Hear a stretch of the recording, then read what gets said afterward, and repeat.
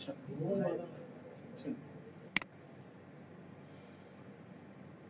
For each में array के साथ बताया था हम। अच्छा, डू व्हाइल की हम एक एग्जांपल कर लेते हैं। जिस तरह से हमने देखा था last time while loop, same उसी तरह से हमारे पास डू व्हाइल का लूप भी है, लेकिन दोनों में एक छोटा सा डिफरेंस है। वो डिफरेंस ये है कि लेट्स से मैं लिखता हूँ डू और उसके बाद इसकी बॉडी लिखता हूँ इको डू व्हाइल, और इसके बाद मैं लिखता हूँ व्हाइल, और यहाँ पे इसको किया जाता है टर्मिनेट। यानी कि पहले आप अपनी बॉडी एग्जीक्यूट करते हैं और उसके बाद अपनी कंडीशन देते हैं कि लूप ने कितने टाइम्स आइटरेशंस को परफॉर्म करना है। और मैं यहाँ पर डायरेक्ट लिख देता हूँ फॉल्स।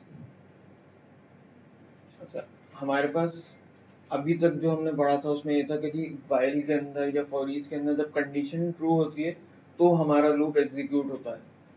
यहाँ पर मैं सेव कर देते हैं इसको।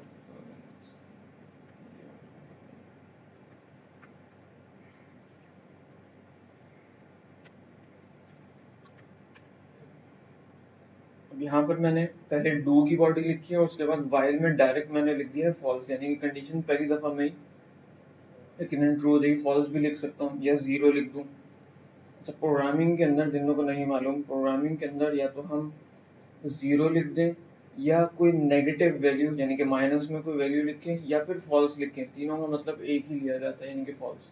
अच्छा, अटेंडेंस शीट मुझे दे दें प्लीज। अटेंडेंस कोई नहीं लगाया, जिन्होंने लगा दी खैर है, मुझे दे दें प्लीज।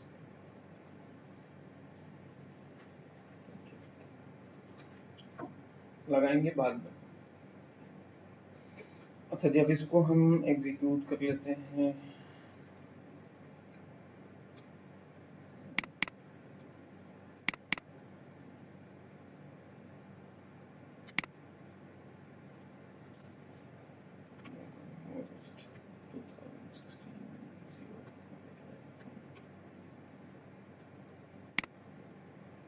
ये हमारे पास एक दफा डू की बॉडी एग्जीक्यूट हो गई, यानी कि बताने का मकसद ये कि अगर आपके पास कंडीशन फॉल्स भी है एक दफा में, तो एक दफा डू व्हाइल का लूप चलता जरूर है। कंडीशन यहाँ पे मैंने फॉल्स दी हुई है, लेकिन इसके बावजूद ये एक दफा एग्जीक्यूट जरूर होगा। ठीक है जी। बाकी अगर मैं इसमें कोई प्रॉपर कंडीशन दे दूँ, लेट से मैं देता हूँ dollar loop is less than equals to 10, और यहाँ पे मैं इनिशियलाइज कर देता हूँ डॉलर लूप को 1 से, और इसमें हम इंक्रीमेंट कर देते हैं डॉलर लूप प्लस प्लस।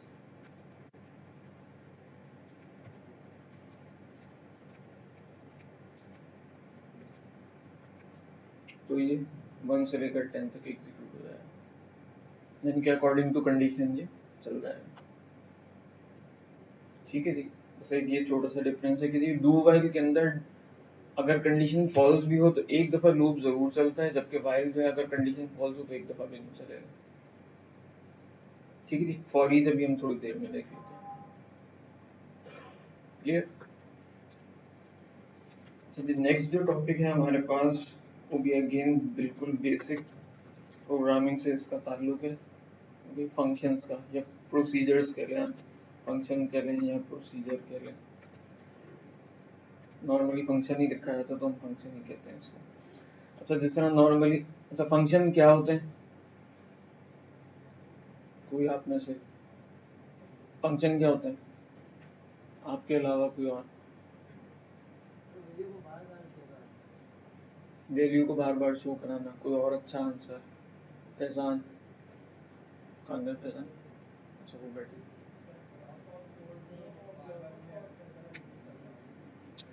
हाँ यानी कि मेरे पास एक कोड है, लेट सपोज मैं कहता हूँ कि जी मुझे एक अमाउंट है फॉर एग्जांपल, इस पे या कि कोई प्रोडक्ट है, नहीं मुझे देनी, मेरे पास है कोई प्रोडक्ट है, उसके ऊपर मुझे let suppose sales tax calculate करना है। मेरे पास 1000 प्रोडक्ट्स हो सकती हैं।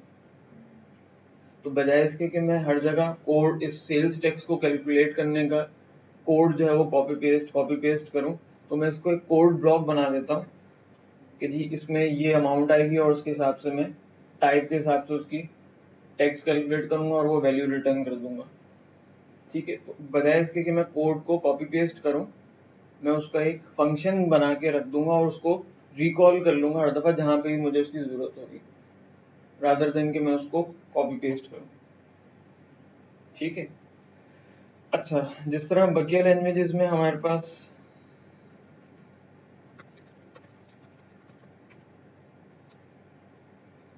फंक्शंस होते हैं, सेम उसी तरह से फंक्शंस यहाँ भी हैं पीएचपी में।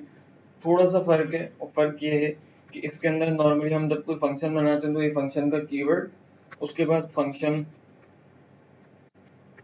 नेम, और उसके बाद उसकी पैरामीटर लिस्ट आती है, और उसके बाद इसका कोड ब्लॉक, यानी कि उसकी बॉडी की ये फंक्शन काम क्या करेगा वो हम उस कर्ली ब्रैकेट्स के अंदर लिख देते हैं। अच्छा, यहाँ पर हम पैरामीटर्स तो लेते हैं कि जी इसने कितने पैरामीटर एज अ इनपुट लेने हैं, 1 2 3 4 या जितने भी ऑब्जेक्ट लेना है, एरे लेना है, जो भी आप पास करना चाहें उसको हम पास कर सकते हैं। लेकिन डिफरेंस यहाँ पे ये है कि हम इसके साथ कोई रिटर्न टाइप नहीं लिखते, या रिटर्न में कोई वेरिएबल नहीं लिखते कि जी ये फंक्शन काम परफॉर्म करने के बाद कुछ वैल्यू रिटर्न भी करेगा। नॉर्मली हम सी में, जावा में, डॉट नेट में बताते हैं कि जी ये इंटीजर टाइप वैल्यू रिटर्न करेगा, या फिर कोई ऑब्जेक्ट रिटर्न करेगा, या एरे रिटर्न करेगा। रिटर्न का कीवर्ड हम बताते हैं, स्पेसिफाई करते हैं उसके सिग्नेचर में कि जी ये कोई वैल्यू रिटर्न करेगा। पीएचपी में हम ये चीज इसके सिग्नेचर में मेंशन नहीं करते। ठीक है, हम सिर्फ पैरामीटर्स की लिस्ट देते हैं, और रिटर्न में रिटर्न टाइप जहां इसने कुछ रिटर्न करना है वहां कुछ नहीं लिखते। अच्छा, रिटर्न से क्या मुराद है वो अभी मैं इसको भी एक्सप्लेन कर देता हूँ। हम एक बहुत सिंपल सा एक फंक्शन ले लेते हैं, फंक्शन मैं कहता हूँ ऐड, बहुत सिंपल, वेरिएबल ए, वेरिएबल बी,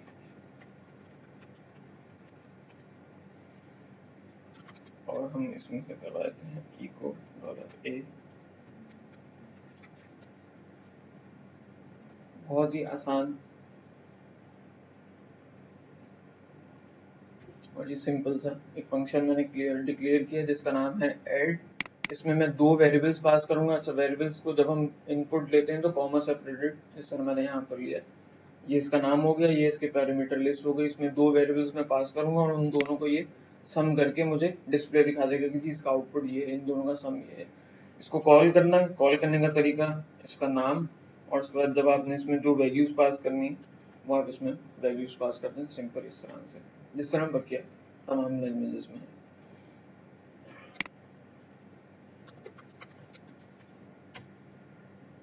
तो इसका आउटपुट यकीनन 30 आ जाएगा।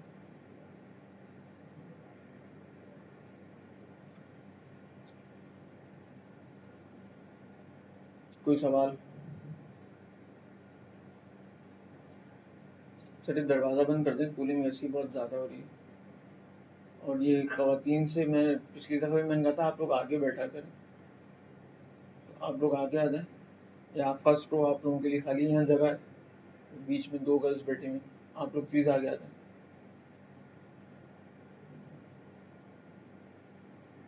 खुद ही से आके बैठ जाकर मुझे हर दफ़ा बोलना ना पड़े।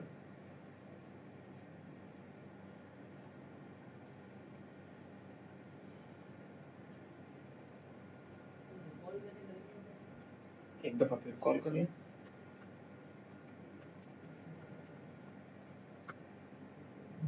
एक दफ़ा और कर लें,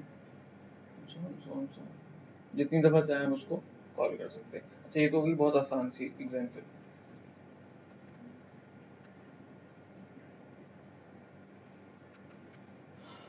अच्छा, मैं यहाँ से वैल्यू रिटर्न करवाता हूँ, यही फंक्शन है। अब मैं इसमें 2 वेरिएबल पास करता हूँ, ए और बी, अगेन वही, और इन दोनों का जो सम होगा उसको मैं इस फंक्शन से बाहर रिटर्न करवा देता हूँ। ठीक है, रिटर्न से मुराद ये है कि इन दोनों की वैल्यूज को ऐड करेगा और इस फंक्शन से बाहर फेंक देगा जहां से इसको कॉल किया जाएगा। लेट से मैं इसको यहाँ पर कॉल करता हूँ, तो जो रिटर्न आएगा वो इस जगह पे आ जाएगा। और मैं उसको एक और वेरिएबल में स्टोर कर लेता हूँ सम, को करते हैं डॉलर सम आउटपुट सेम। अच्छा, एक फंक्शन एक वक्त में एक ही वैल्यू रिटर्न करता है, चाहे वो एक वैल्यू रिटर्न करे, एक ऑब्जेक्ट रिटर्न करे या एक एरे रिटर्न करे, होगा एक ही। ऐसा नहीं हो सकता कि मैं यहाँ पर 2 दफा रिटर्न लिख दूँ तो ये 2 वैल्यूज रिटर्न कर देगा। एक वक्त में एक फंक्शन एक ही वैल्यू रिटर्न करता है, या तो एक वैल्यू, एक ऑब्जेक्ट या एक एरे। ठीक है, अभी हमने क्योंकि एरे और ऑब्जेक्ट की तरफ गए नहीं तो अभी हम फिलहाल इसकी वैल्यू तक ही महदूद रहते हैं। ठीक है, हाँ अगर करना है ऐसा करना जी। रिटर्न की टाइप कास्ट करवा सकते हैं अगर जरूरत है तो, बिल्कुल वो एक वैल्यू आ जाएगी उसकी, अगर आप टाइप कास्ट करना चाहते हैं, चेंज करना चाहते हैं तो बिल्कुल कर लीजिए, बिल्कुल पॉसिबल है। अच्छा, इसमें कोई परेशानी? आसान है। अच्छा, एक तो इसमें PHP के अंदर डिफरेंस ये है कि इसमें हम रिटर्न टाइप नहीं देते, और एक और डिफरेंस है, वो क्या है इसको देख लेते हैं।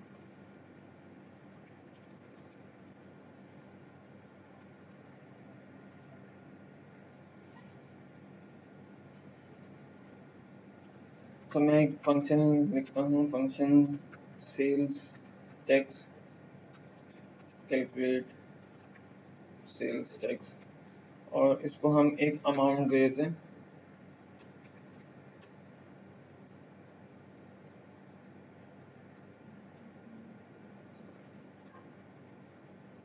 और मैं इसको एक और पैरामीटर देता हूँ, टैक्स रेट।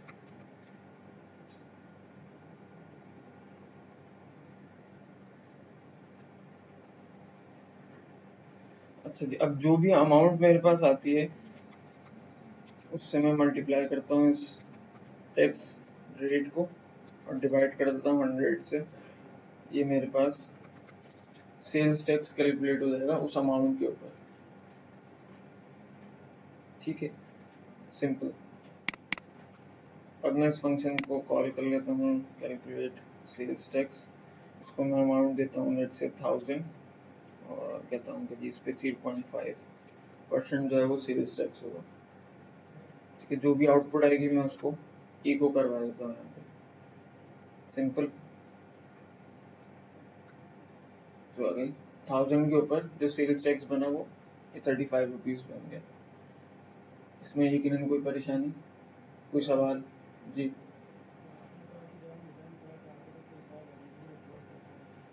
चाहें तो वेरिएबल में स्टोर कर लें, मैंने वेरिएबल में स्टोर नहीं किया, मैं डायरेक्ट इको करवा रहा हूँ, डायरेक्ट इको करवा लें जरूर।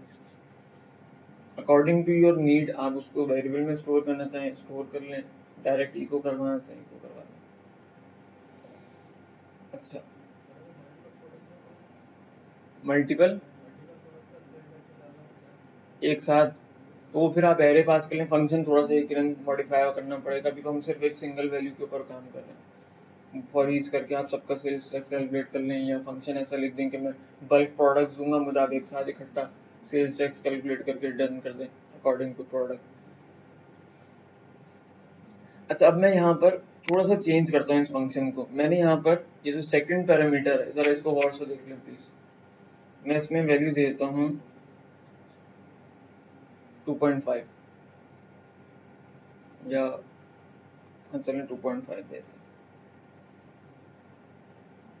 ठीक है, ये यही फंक्शन है, इसमें मैंने सेकंड पैरामीटर को एक वैल्यू दे दी 2.5, और अब मैं यहाँ पर इसको कॉल करता हूँ, आउटपुट क्या आएगा? सेम ये 35 आएगा या 25 आएगा?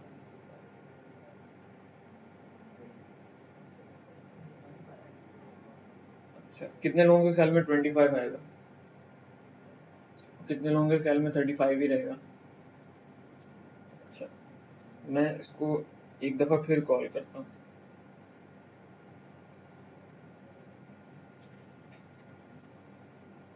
और यहाँ से मैं ये 3.5 हटाता हूँ, सेकंड पैरामीटर। पहली दफ़ा आएगा 35, दूसरी दफ़ा आएगा 25। बेसिकली हमने किया ये कि इसका जो इनपुट पैरामीटर्स हैं इसमें हमने एक पैरामीटर की डिफॉल्ट वैल्यू सेट कर दी, और अब ये सेकंड पैरामीटर जो है ये ऑप्शनल पैरामीटर है इस फंक्शन का।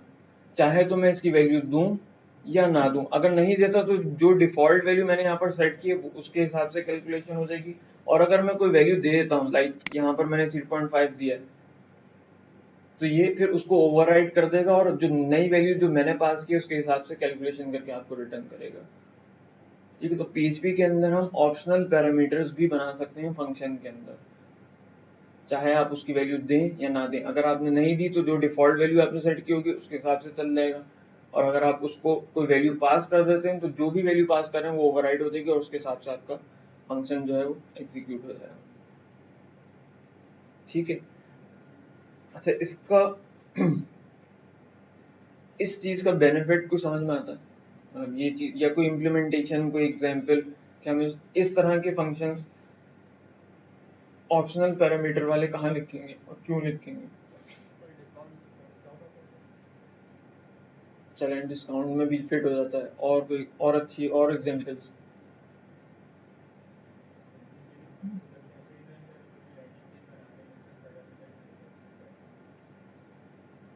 हाँ ठीक है, और तो प्रोडक्ट से बाहर निकलें थोड़ा सा, प्रोडक्ट से बाहर है, कहीं और उसको इम्प्लीमेंट करने की कोशिश करें।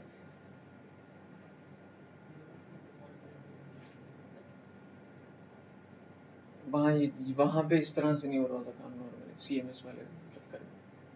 अच्छा चलें एक छोटी सी एग्जांपल मैं लिख देता हूँ, वैसे तो बहुत सारी एग्जांपल्स बनती हैं।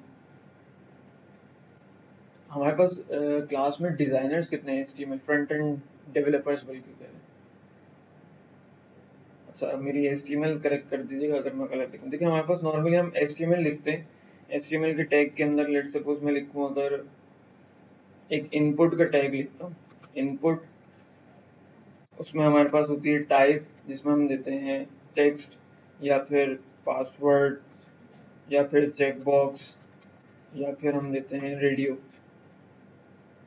ठीक है, ये तीन चार ही होती हैं।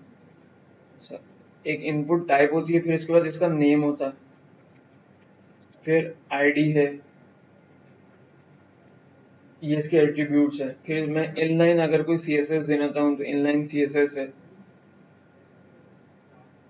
ठीक है, और अगर मैं इस पे कोई क्लास देना चाहूँ तो इसकी क्लास है, and so on so on. ठीक है, कुछ एट्रीब्यूट्स होते हैं रीड ओनली, मतलब नॉन एडिटेबल, या डिसेबल कर देते हैं, इस तरह के कुछ और। टोटल आपके पास, अच्छा जब भी आप कोई इनपुट फील्ड बनाते हैं तो एक चीज इसमें मैंडेटरी होती है कि आप इसकी टाइप जरूर डिफाइन करें, सही होता है। जबकि नेम आईडी और ये बाकी जो चीजें हैं ये इसके एट्रीब्यूट्स ऑप्शनल है, चाहे तो दे दें चाहे ना दें, लेकिन देने पड़ते हैं, ना भी दें लेकिन एचटीएमएल आपकी रेंडर हो जाती है, चल जाती है। मुझे एक ऐसा फंक्शन लिखना है जिसमें मैं एक इनपुट का फंक्शन बनाऊं और उसमें मैं ये तमाम पैरामीटर्स दूं और ऑप्शनल हो मेरे पास, और जो भी मैं इनपुट दूं उसके हिसाब से मेरा वो इनपुट ड्रॉ हो जाए एचटीएमएल के अंदर। फॉर एग्जांपल मैं यहाँ पे लिखता हूँ फंक्शन इनपुट। सबसे पहले तो मुझे देनी है टाइप, टाइप के बाद मुझे नेम देना है। मैं कहता हूँ मेरा नेम ऑप्शनल होगा, चाहे तो मैं लूँ या ना लूँ। उसके बाद मैं कहता हूँ इस पे मैं कोई सीएसएस की क्लास लूंगा जो अगेन ऑप्शनल है। इसके बाद मैं कहता हूँ इसके कुछ एट्रीब्यूट्स होंगे वो भी ऑप्शनल है। इसके बाद मैं इनलाइन सीएसएस दूंगा, वो भी ऑप्शनल है। ठीक है, अब मैं इस फंक्शन को डिक्लेयर करता हूँ, फंक्शन कंप्लीट करता हूँ। मैं यहाँ पे लिखता हूँ एक स्ट्रिंग ले लेता हूँ और इसमें मैं कहता हूँ input type,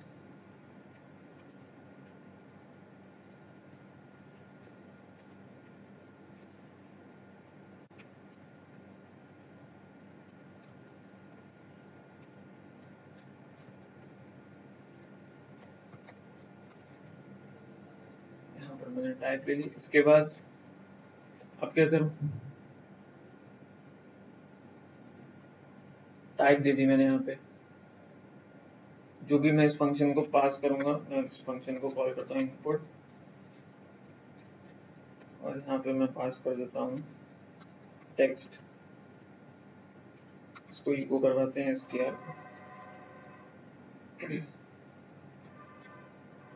input type string बन गई।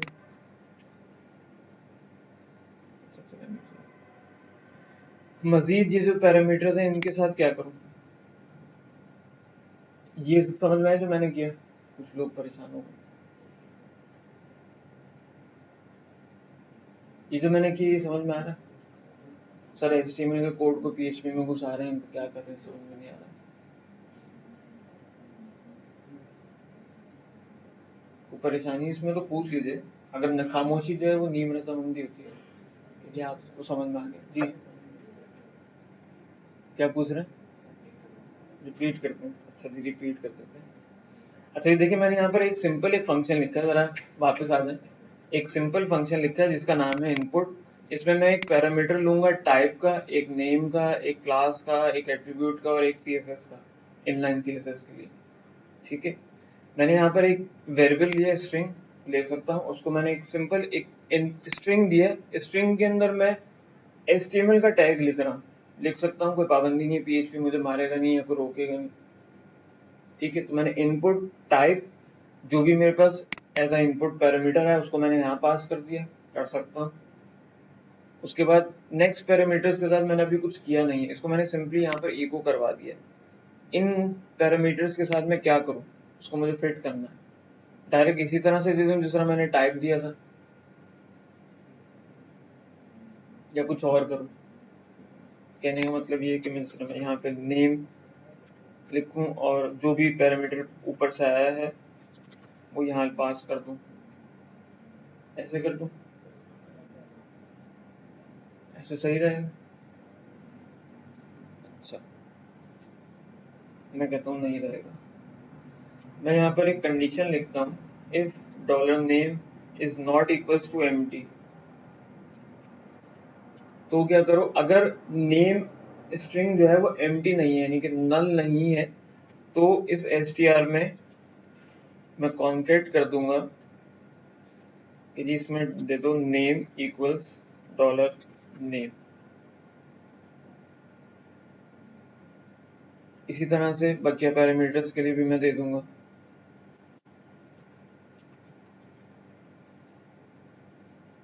लाइक नेम के बाद हमने क्या लिया था, क्लास एट्रीब्यूट। क्लास नल नहीं है तो क्लास इक्वल्स क्लास, इसके बाद हमने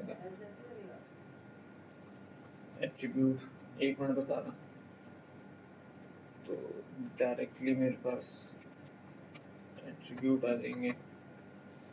और फाइनली अगर कोई CSS नल नहीं है तो मैं दूंगा स्टाइल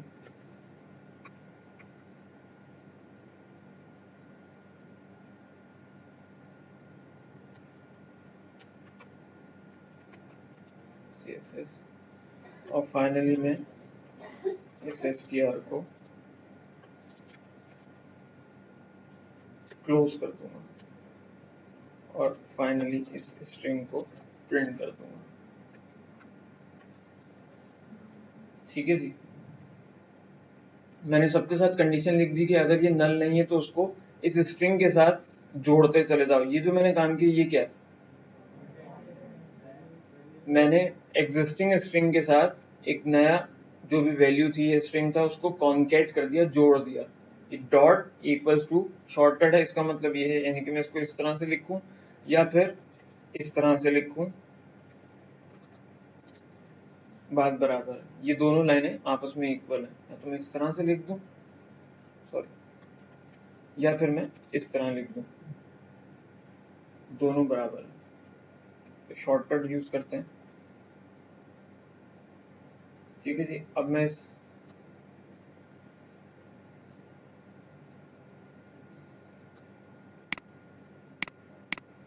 इनपुट 2 दफा कॉल किया हमने।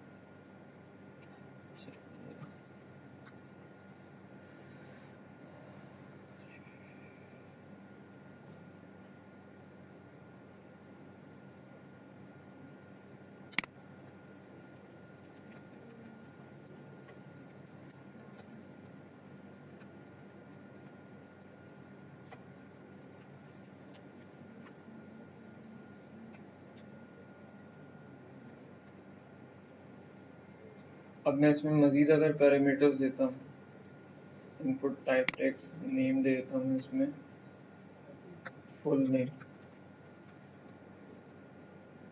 तो यहाँ पर देखिए नीचे अगर आप लोगों को नजर आ रहा है, ये इनपुट इसने ड्रॉ की है जिसकी टाइप है टेक्स्ट और नेम दे दिया इसने फुल नेम। मैं इसमें कोई क्लास भी दे देता हूँ, माई क्लास।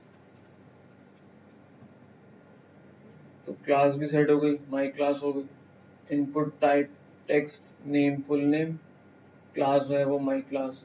उसके बाद मैं कोई एट्रीब्यूट देना चाहूँ, id equals full name.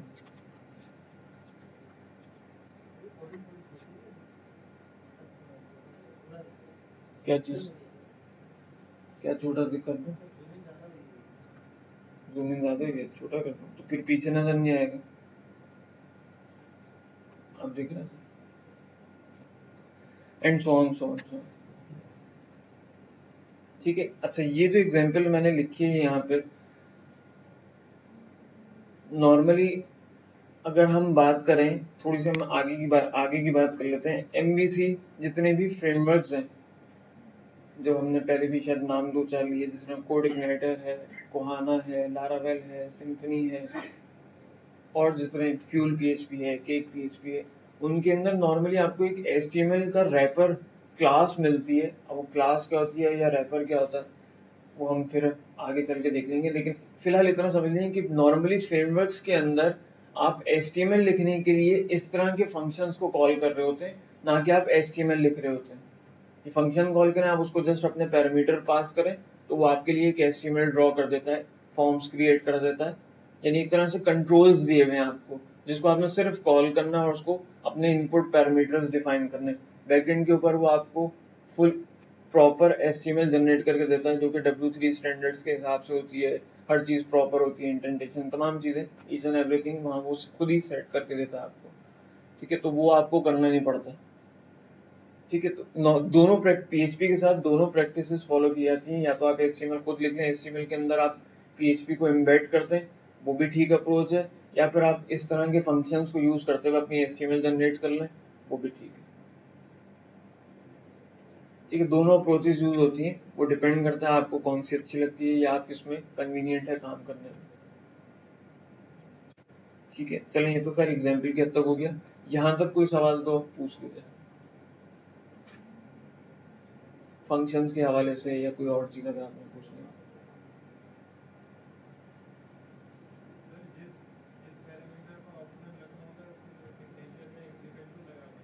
Equals आगे उसकी वैल्यू दे दें या नल छोड़ दें। ठीक है,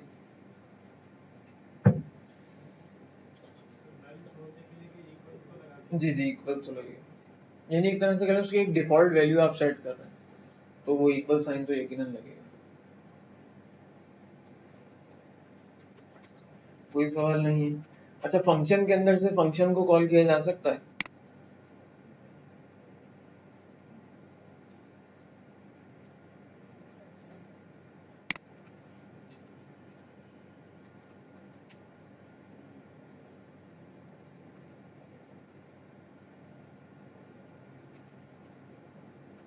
मैं एक फंक्शन लिखूँ, टेस्ट।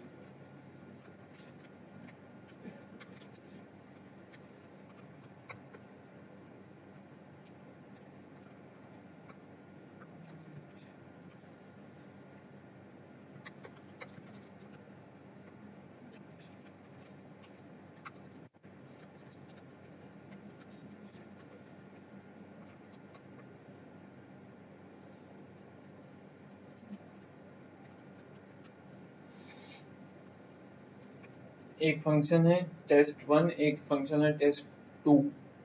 मैं फंक्शन कॉल करता हूँ test1, तो यकीनन आउटपुट हमारे पास test1 और test2 दोनों, यानी कि एक फंक्शन के अंदर से आप दूसरे फंक्शन को भी कॉल कर सकते हैं। ठीक है, इसमें कोई परेशानी नहीं है। कोई सवाल यहाँ तक? जी, आवाज नहीं आ रही सर मुझे बिल्कुल। किसका काम?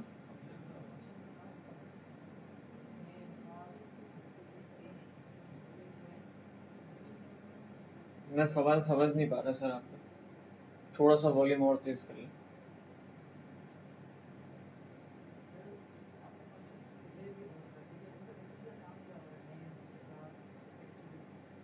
फंक्शंस का काम क्या हो रहा है?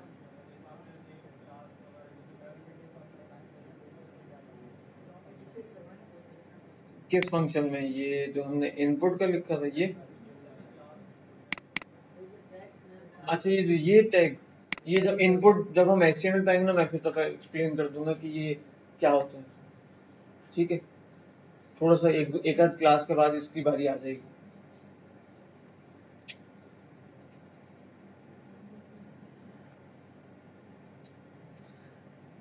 अच्छा जी, नेक्स्ट टॉपिक जो है वो हमारे पास है एरेज का। फंक्शन का टॉपिक बस इतना ही था, इसमें कोई इतनी खास मुश्किल चीज़ है नहीं। जो चेंज था वो मैंने आपको बता दिया, जो PHP में अच्छा, एरेज का टॉपिक शुरू करने से पहले एक दो चीज़ें हैं। एक अनाउंसमेंट है और एक, बल्कि दो अनाउंसमेंट्स हैं, वो सुन लीजिए। आज 29 है, नेक्स्ट जो है वो 6 तारीख होगी, संडे। मैं ख्याल है रमज़ान शुरू नहीं हुआ होगा। 6 को तो एक्सपेक्टेड नहीं है ना, 7 या 8 है। अच्छा अच्छा जी, रमज़ान की जो हमारी टाइमिंग है वो 1 से 3 ही रहेगी। ठीक है, रमज़ान ये हमारे पास दो ऑप्शन है। चले मैं आपसे पूछ लेता हूँ, यूनिवर्सिटी ने दो ऑप्शंस दिए हैं, या तो हम इस क्लास को इसी टाइम पे रखें जिस टाइम पे होती है 1 से 3, या फिर हम सुबह इसको रख लें 9 से 11। 9 से 11 में आप में से कितने हजरात जो हैं वो एग्री हैं? Please raise your hand. ठंडे ठंडे आएंगे, ठंडे ठंडे चलेंगे, दोपहर की गर्मी से बच जाएंगे। अच्छा चलिए वोटिंग कर लेते हैं सर, मुझे जमहूरियत है हमारे, डिक्टेटरशिप नहीं है। 9 से 11 में कितने हजरात एग्री हैं, खवातीन हजरात प्लीज? 1, 2, 3, 4, 5, 6, 7। नहीं, 7:30 है, नहीं सारे बढ़ रहे। अच्छा जी, 1 से 3 में कितने एग्री? बस जमहूरियत है सर। देखिए गर्मी होगी बहुत, रोजा भी होगा।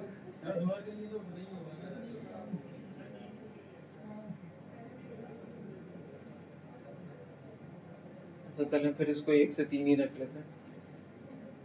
1 से 3 बजे ही क्लास होगी। हमारे पास लैब जो है वो रमज़ान में 1 आवर की होगी। अब वो जितने बजे भी शुरू हो, 3 बजे शुरू हो, 3:15 शुरू हो, 3:30 शुरू हो, बस ये देख लीजिएगा जब आप लोग लैब में एंटर हो उसके 1 घंटे बाद आपको खाली करनी होगी। अभी हमारे पास 2 घंटे तकरीबन टाइम होता है आजकल में, यानी कि रमज़ान में हमारे पास लैब जो है वो 1 घंटे होगी। तो बजाय इसके कि बातों में टाइम वेस्ट करें रमज़ान में, फटाफट अपनी टास्क करें और चले जाइएगा। लैब हमारे पास 1 आवर के लिए अवेलेबल होगी रमजान में सिर्फ। वैसे हमारे पास आज जो है वो 2 घंटे के लिए अवेलेबल होगी। आज इंशाल्लाह लैब होगी, कहाँ पे होगी वो मैं क्लास के आखिर में बता दूंगा। अच्छा, दूसरी बात ये कि मैंने लास्ट क्लास में आप लोगों को एक असाइन वो काम दिया था, होमवर्क, वो कितने लोगों ने कर लिया है पेपर पे? अच्छा, कितनों ने नहीं किया? चलिए ये तो कर लीजिए, कितनों ने नहीं किया?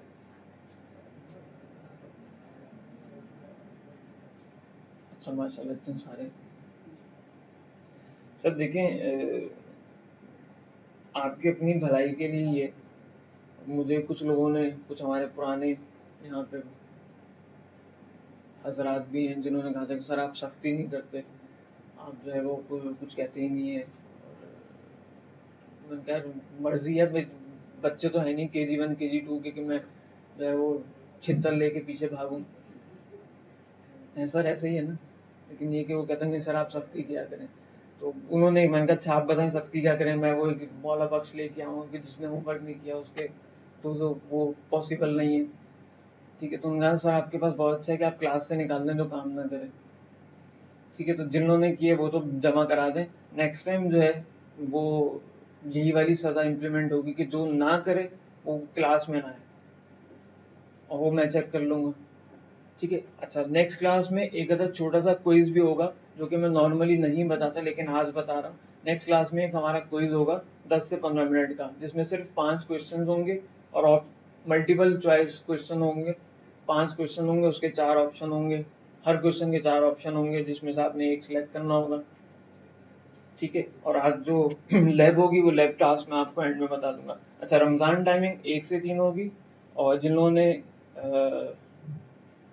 काम कर लिया है वो बराए मेहरबानी कलेक्ट कर लें, फिर मुझे जमा करा दीजिएगा आखिर में। आज छूट है, नेक्स्ट क्लास में जो है वो हसान भाई पकड़ के सबको एक एक करके बाहर निकाल देंगे जो काम नहीं करेगा।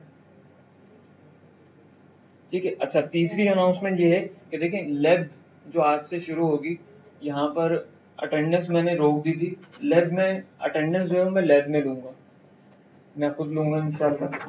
और लैब लेना क्लास से ज़्यादा ज़रूरी है। आप क्लास छोड़ दें लेकिन लैब नहीं छोड़ें। ठीक है, जिन लोगों के साथ कोई जेन्युइन मसला है, बहुत ही मजबूरी है, लैब में जाएंगे तो कोई करोड़ों का नुकसान हो जाएगा, तो वो तो लैब स्किप कर दें। अदरवाइज जिनका लाखों में नुकसान हो रहा है वो क्लास ले लें, लैब ले लें। ठीक है जी। तो आज कुछ लोगों ने अटेंडेंस लगा दी है, तो इन जितनों ने लगा दिए उनकी भी मैं दोबारा लूंगा। ठीक है, तो जिन्होंने लगा दिया वो बोले चलो यार बचत होगी, हम भाग जाएंगे। ठीक है, तो लैब जरूर ले लीजिएगा।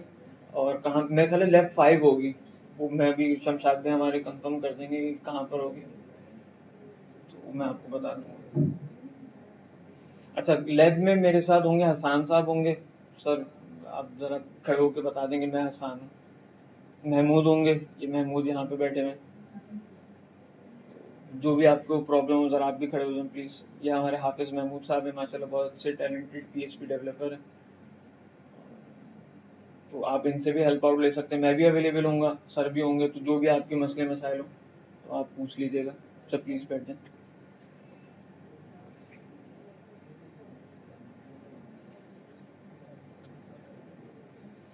अच्छा जी, हम चलते हैं अपने एरेज के टॉपिक की तरफ। अच्छा, एक चीज आप गौर, कान खोल के दिमाग खोल के सुन लीजिए कि PHP के अंदर अगर वो हर चीज की एक बैकबोन होती है ना, कहीं मिसाल ली जाती है कि जी गाड़ी के अंदर इंजन उसकी बैकबोन, इंजन निकाल दो गाड़ी बेकार है, या इंसान के अंदर उसकी रीढ़ की हड्डी है, किसी और चीज में इमारत के अंदर उसके पिलर्स होते हैं। हर चीज की एक बैकबोन होती है, एक पिलर होता है जिसके ऊपर वो उसकी इमारत खड़ी होती है। तो PHP की जो इमारत खड़ी हुई है ना, जो PHP प्रोग्रामिंग के अंदर जो रीढ़ की हड्डी का रोल प्ले करता है, वो ये इसका एरे प्ले करता है। यानी कि अगर आप PHP में से एरे निकाल दें, PHP खत्म, और एरे डाल दिया तो PHP जिंदा हो गया। अच्छा, इसको समझना इंतहाई जरूरी है, क्योंकि अब से ऑनवर्ड्स आपके पास सिर्फ एरे ही एरे होगा। यानी कि आज और आज के बाद जितनी भी क्लासेस आएंगी हमारी, उन सब में ये एरे ही रेप्लिकेट हो रहा होगा। चाहे हम फॉर्म्स के ऊपर चले जाएं, चाहे आप कुकीज की तरफ चले जाएं, चाहे हम सेशन की तरफ चले जाएं, कोई भी काम करें उसके अंदर एरे का अमल दखल लाजमी लाजमी होगा। ठीक है, एरेज क्या होता है, सिंपल डेफिनेशन आप में से कोई? ग्रुप ऑफ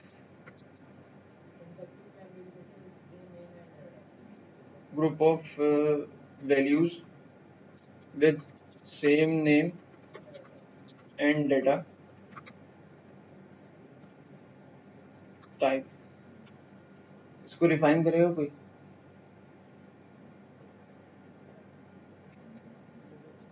इसको मैं ग्रुप की जगह सीक्वेंस कर लूं तो ज्यादा अच्छा नहीं होगा?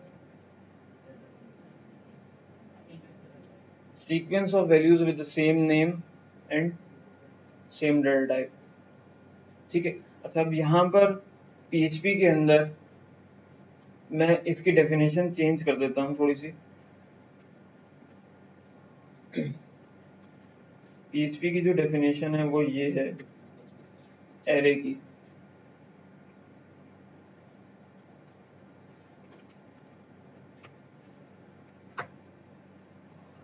There is no sequence and there is no data type in PHP, just values with the same name।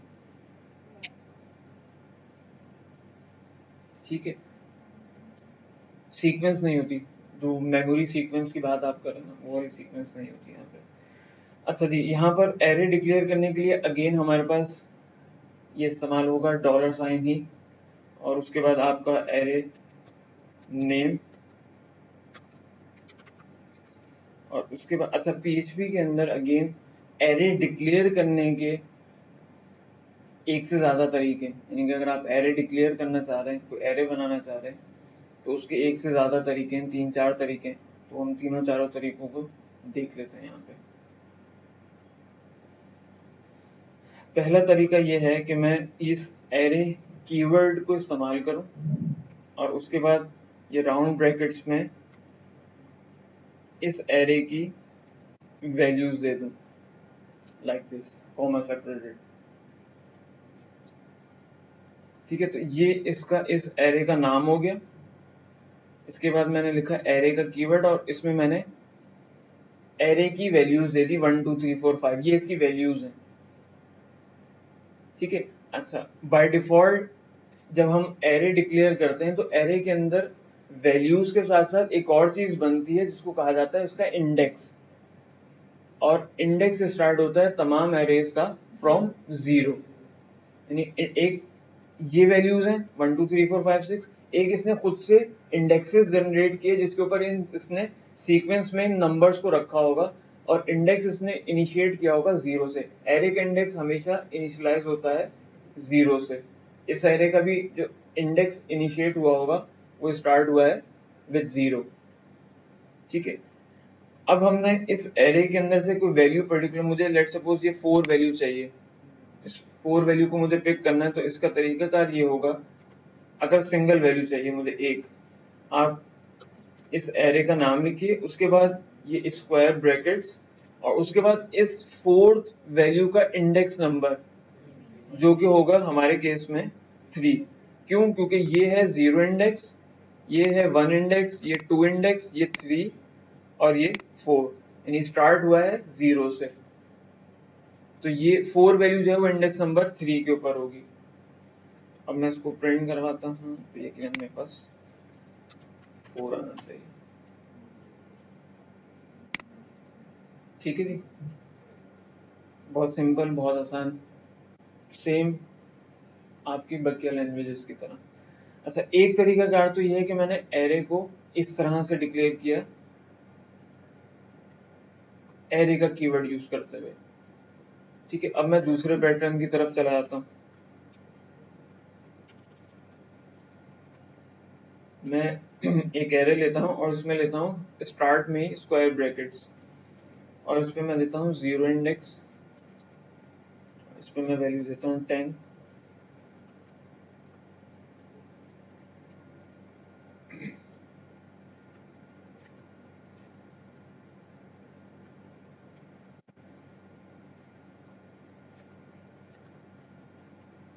दूसरा तरीका ये है कि मैं डायरेक्ट एरे वेरिएबल का नाम लूँ, उसके बाद स्क्वायर ब्रैकेट्स में इंडेक्स नंबर डिफाइन करके आगे उसकी वैल्यू दे दूँ।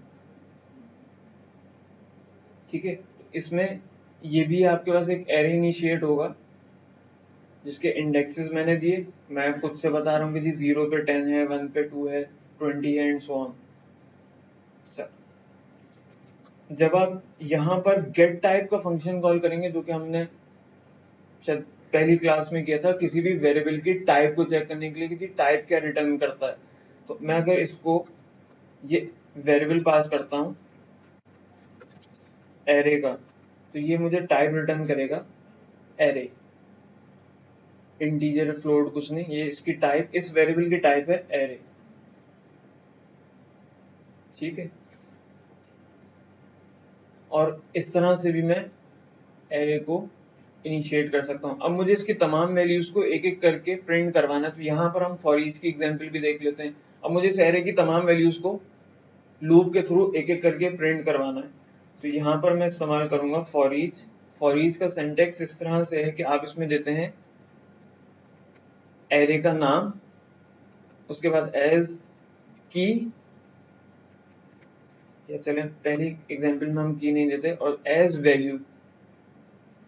तो ये अब इस एरे में से एक एक करके तमाम वैल्यूज को फैच कर लेगा और आपको यहाँ पर वैल्यू मिल जाएगी जो भी इस एरे के अंदर मौजूद होगी। यानी एक एक करके तमाम वैल्यूज टिल एंड तक, यानी कि जितनी भी वैल्यूज एरे में होंगी तमाम को ये फैच कर लेगा। मैं यहाँ पर इस वैल्यू को प्रिंट करवा देता हूँ।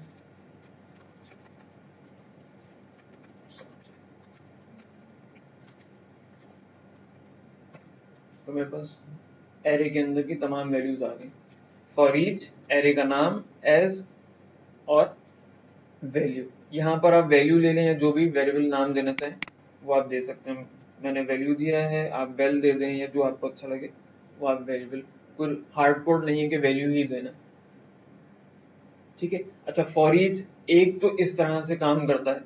दूसरा ये कि मैं अगर इसके इंडेक्स नंबर भी मुझे चाहिए कि किस इंडेक्स पे कौन सी, ये भी इसने सिर्फ मुझे वैल्यूज दी हैं, मुझे चाहिए कि मैं with respect to index number print करवाऊं कि किस इंडेक्स पे कौन सी वैल्यू है, तो आप एक और वेरिएबल ले लें, यहाँ पर नाम उसको जो दिल चाहे वो दे दें, इंडेक्स, और उसके बाद इक्वल्स का साइन और ग्रेटर देन,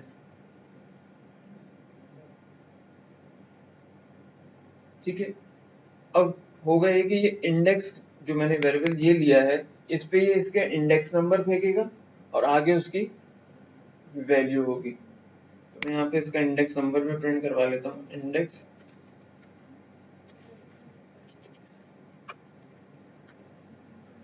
0 पे 10, 1 पे 20 एंड सो ऑन। तो अगर आपको इंडेक्स नंबर भी उठाना है तो आप इस तरह से कर सकते हैं। क्लियर?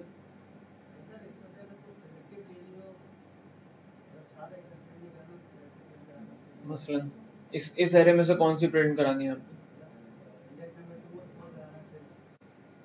तो echo dollar array to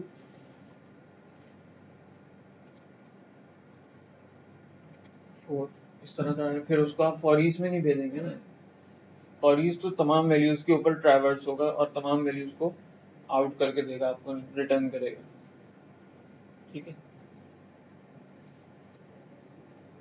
clear जी? यहाँ तक फॉर ईच में परेशानी किसी को अगर हो तो पूछ लें,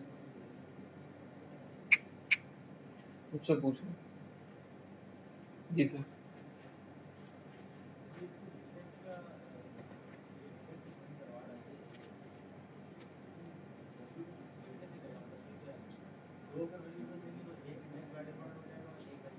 देखिए हमने जो सिंटेक्स लिया है ना, एक बीच में जो ये सेपरेटर है, इक्वल्स और ग्रेटर देन का साइन, ये हमेशा जो इसके बाद वाली होगी वहां पे वैल्यू ही फेंकेगा और यहाँ पर इंडेक्स फेंकेगा। हाँ, तो भी वेरिएबल है। मैं इसको स्वैप चेंज कर दूं,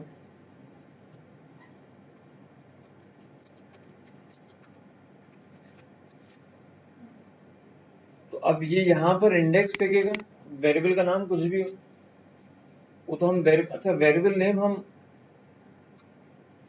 एक चीज और मैं बता दूं,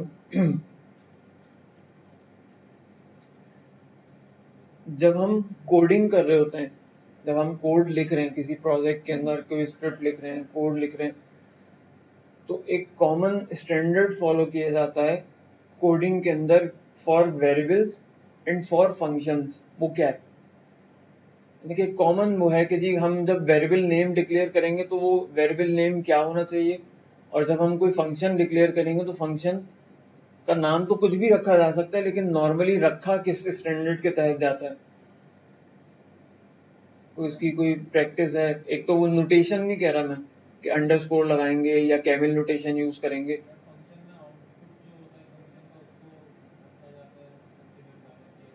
नहीं, मैं शायद सवाल सही से नहीं पूछ सका। वेरिएबल नेम हमेशा रखा जाता है नाउन। नाउन क्या होता है? बचपन में पढ़ा था। और फंक्शन लिखा जाता है हमेशा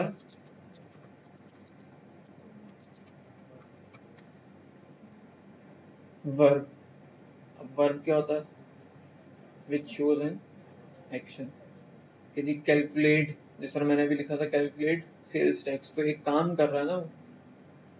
ठीक है, वेरिएबल नेम हमेशा नाउन रखा था, प्रोडक्ट, कैटेगरी, इस तरह and so on so on so on.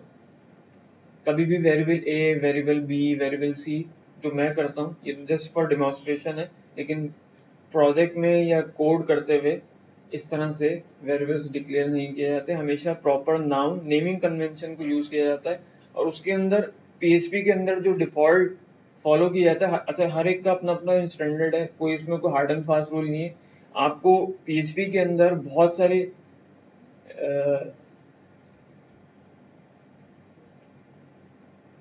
Libraries ऐसी मिलेंगी पीएचपी की अपनी, जो बाय डिफॉल्ट इसके अंदर लाइब्रेरीज मौजूद है, जिसमें कैमल नोटेशन यूज हुआ हुआ है। कैमल नोटेशन क्या होती है कि मैं पहला लेटर जो है, पहला वर्ड का जो पहला लेटर है वो स्मॉल में लिखूं, और उसके बाद जो नेक्स्ट वर्ड है उसका फर्स्ट लेटर कैपिटल, इस तरह से दूं। गेट प्रोडक्ट डिटेल, तो ये वर्ब भी हो गया, फंक्शन नेम है, और इसमें पहला लेटर जो है वो स्मॉल, उसके बाद नेक्स्ट वर्ड का पहला लेटर कैपिटल, फिर नेक्स्ट वर्ड का पहला लेटर कैपिटल, तो ये कहलाती है कैमल नोटेशन। ठीक है जी। ये बीच में दो चेक वाले भाई साहब बैठे, इनमें से एक आगे आते हैं, ब्लू शर्ट वाले भाई आगे आते हैं। नहीं नहीं, आपके आगे, बिल्कुल आपके आगे जी, आप में से कोई एक आगे आते हैं प्लीज। यहाँ आ जाइए, ये सेकंड रो में, ये मेरे पास नजदीक।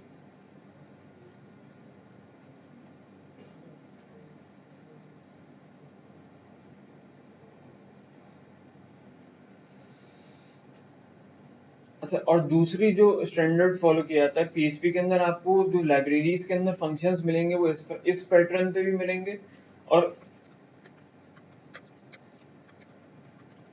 अंडर इस पैटर्न पे भी मिलेंगे।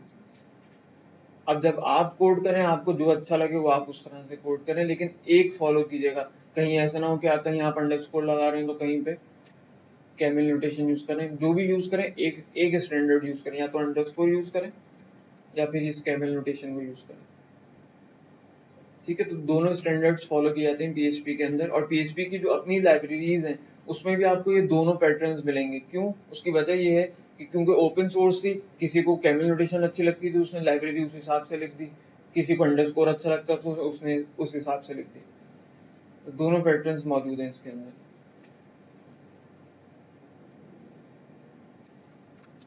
अच्छा जी, फॉर ईच पे वापस आए थे। फॉर ईच के अंदर कोई क्वेश्चन, कोई परेशानी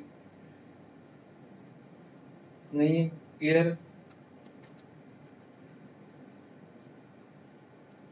अच्छा जी, हमारे पास दूसरा तरीका भी हो गया।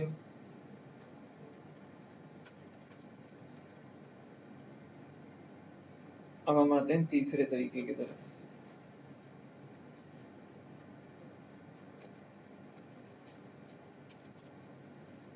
तीसरे तरीके में मैं करता ये हूँ कि यहाँ से इंडेक्स नंबर मिटा देता हूँ, और मैं डायरेक्ट वैल्यूज देता हूँ with square bracket. Square bracket को मैंने ब्लैंक छोड़ दिया, और उसके बाद डायरेक्ट मैंने इसकी वैल्यू दे दी। आया ऐसा पॉसिबल है? अच्छा जी, इसका आंसर है यस। ठीक है। अच्छा, अब इसमें मैंने इंडेक्स नंबर्स नहीं दिए। जब मैं इस तरह से एरे डिक्लेयर करता हूँ और अगेन इसमें मैंने इंडेक्स नंबर नहीं दिया, तो ये डिफॉल्ट स्टार्ट करेगा 0 से, और जैसे जैसे आगे बढ़ता जाएगा +1 करता जाएगा, और इंडेक्सेस को आगे बढ़ाता जाएगा। +1 करके नेक्स्ट वैल्यू देगा, फिर उससे नेक्स्ट वन, नेक्स्ट +1 करेगा और आगे बढ़ता जाएगा। अच्छा, हमारे पास एक और फंक्शन है प्रिंट अंडरस्कोर आर का। ये बेसिकली इस्तेमाल किया जाता है फॉर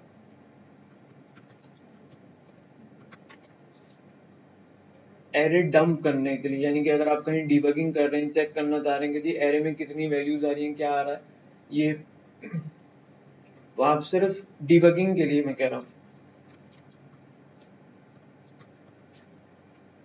इस तरह से रियल साइड पे हम कभी भी एरे को इस तरह प्रिंट नहीं करते, सिर्फ डीबगिंग के लिए हम इस प्रिंट आर के फंक्शन को यूज करते हैं।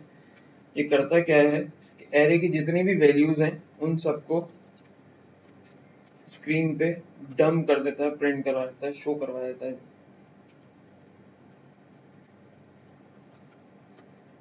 Like this. ये एरे, उसके बाद ये इंडेक्स नंबर बताता है कि जी इंडेक्स नंबर ये है और उस पर वैल्यू ये है। तो अगर मुझे पूरा एरे देखना है कि जी एरे में इस वक्त क्या चीज़ें मौजूद है, कौन से इंडेक्स नंबर हैं, क्या चीज़ें, क्या वैल्यूज हैं, क्या इंडेक्सेस हैं, तो आप ये प्रिंट आर यूज कर सकते हैं। प्री जो है वो HTML का टैग है सिर्फ इसकी प्रेजेंटेशन के लिए, पैराग्राफ के लिए। अगर मैं ये प्री हटा देता हूँ तो ये एक लाइन में आ जाएगा। इसको पढ़ना थोड़ा सा मुश्किल है, इसको पढ़ना थोड़ा आसान है।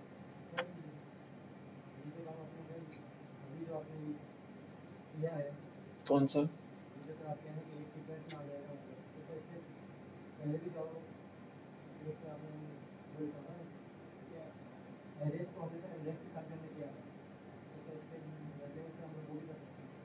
आप इंडेक्स नंबर भी दे सकते हैं, मैंने इंडेक्स नंबर नहीं दिया, थोड़ा सा आसान हो गया। मैं इंडेक्स नंबर नहीं दे रहा, सिर्फ स्क्वायर ब्रैकेट्स के अंदर वैल्यू पास कर रहा हूँ, वो इंडेक्सेस खुद से जनरेट कर रहा है, ठीक है। हाँ जी,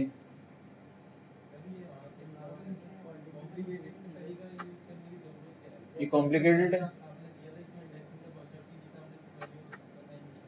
हम्म हम्म, वो भी सही है, ये भी। मैंने कहा भाई एक से ज्यादा तरीके हैं, आपको जो सिंपल है कि आप वो यूज कर लें। बिल्कुल, बताऊँ, नहीं दबा के रखूंगा, बता रहा हूँ अभी, मुझे आगे तो बढ़ने दो। ये चीज क्लियर है, ये एग्जाम्पल आगे चलते हैं तो ये चीज क्लियर हो जाएगी कि ये कहाँ यूज होगा, वो कहाँ यूज होगा और फलानी चीज कहाँ यूज होगी। हर चीज यूज होगी, लेकिन थोड़ा ठंडा करके खाएं। अच्छा जी, मैं अब इस एग्जाम्पल के अंदर थोड़ा सा चेंज करता हूँ काम। हमारे पास ये 0 से 4 तक इंडेक्सेस हैं। मैं यहाँ पर एक इंडेक्स जनरेट डिक्लेयर कर देता हूँ 10। पहली बात तो ये बताएंगे कर सकता हूँ नहीं कर सकता? अच्छा, मैं कर रहा हूँ तो कर सकता हूँ, मतलब मैंने खुद बनाई है।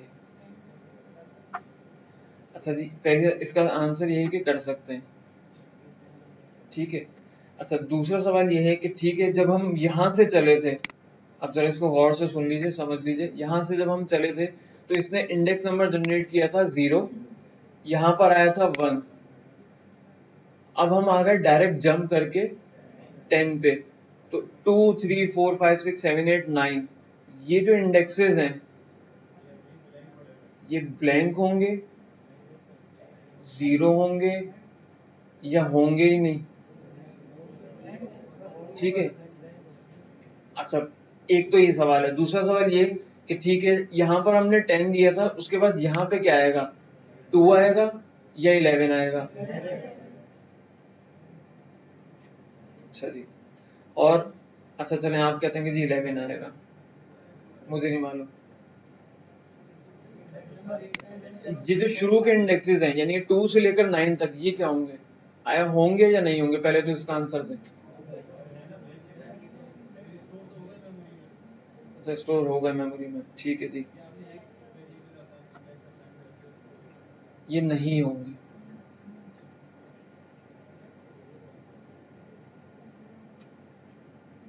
ठीक है जी। 0 1, उसके बाद 10, 10 के बाद डायरेक्ट जंप लगी 11, और आपका आ गया 12 और खत्म। अच्छा, एक छोटा सा काम और करते हैं,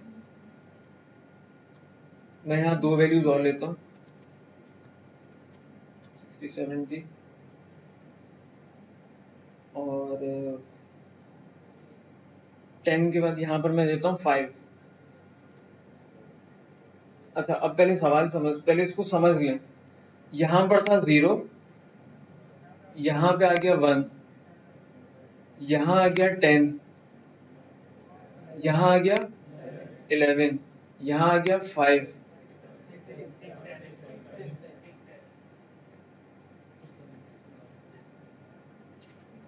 12 13।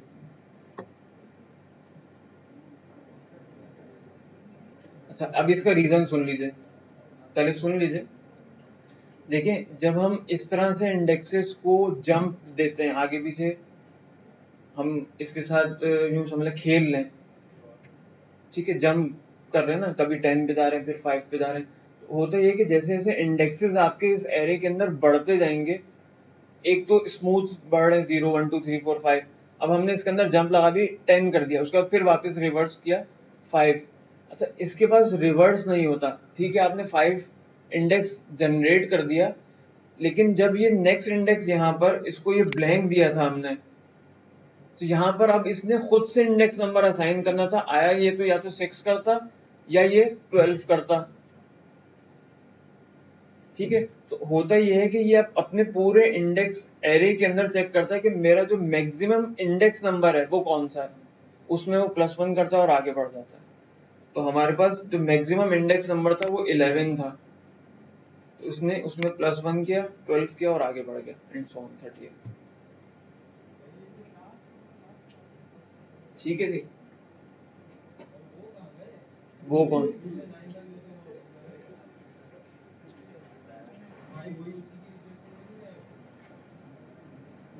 वो इनिशिएट ही नहीं हुआ, नहीं होता ना सर, जबरदस्ती गन पॉइंट पे आप करवा दें तो अलग चीज है।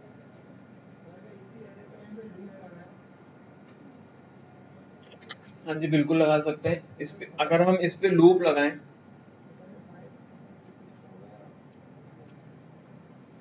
इस पे हम लूप लगाते हैं for each variable name array index value echo index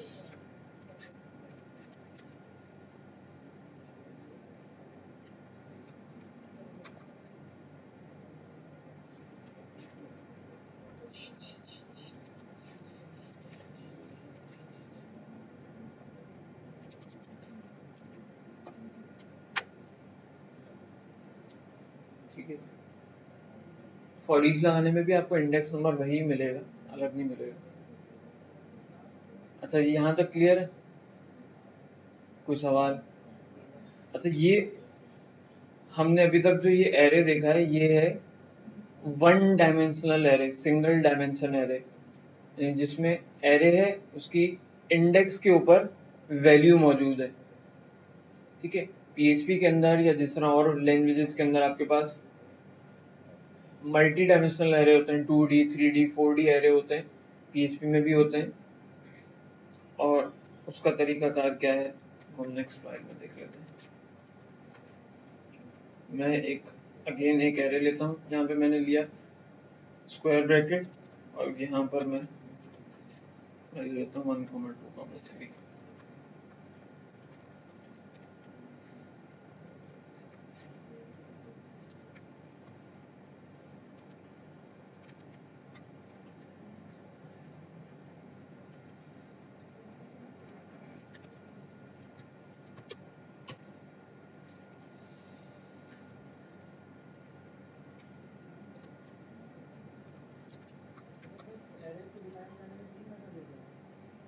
ji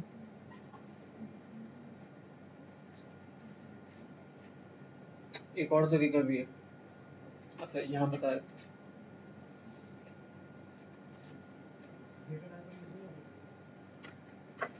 ji, data type PHP में होती नहीं है भाई, है ही नहीं। अच्छा जी यहाँ पर मैंने, अब इसको जरा गौर से देख लीजिए, सुन लीजिए, समझ लीजिए। मेरे पास ये एक एरे है, कैसे मालूम चला, ये स्क्वायर ब्रैकेट से, उसके बाद मैंने यहाँ पर अगेन एक वैल्यू नहीं दी, इसके आगे मैंने एक और एरे दे दिया है। अच्छा यहाँ पर इंडेक्स नंबर क्या आया होगा, 0, यहाँ पर, यहाँ पर, और यहाँ पर भी मैंने इंडेक्स नंबर नहीं दिए, यहाँ पर आया होगा 1 2, तो यहाँ 3 नहीं आएगा, आंसर नहीं आएगा, चलो मान लेते हैं। इस एरे को मैं डंप करवा देता हूँ बाय यूजिंग प्रिंट आर।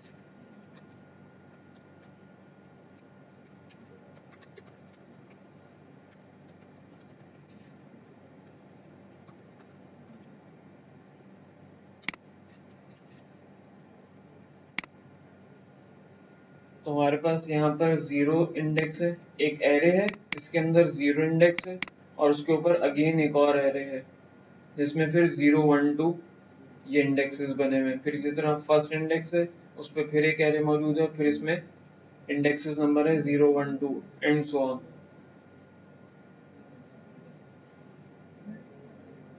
ठीक है जी। सॉरी, 2D एरे इस सेंस में कि देखें एरे के अंदर एक और एरे है, तो ये दो एरे हो गए ना, एक एरे के अंदर 2D, तो 2 डायमेंशनल एरे। ठीक है, इसमें मैं एक मजीद आगे एरे भी बढ़ सकता हूँ, यहाँ पर मैं एक और एरे दे दूँ।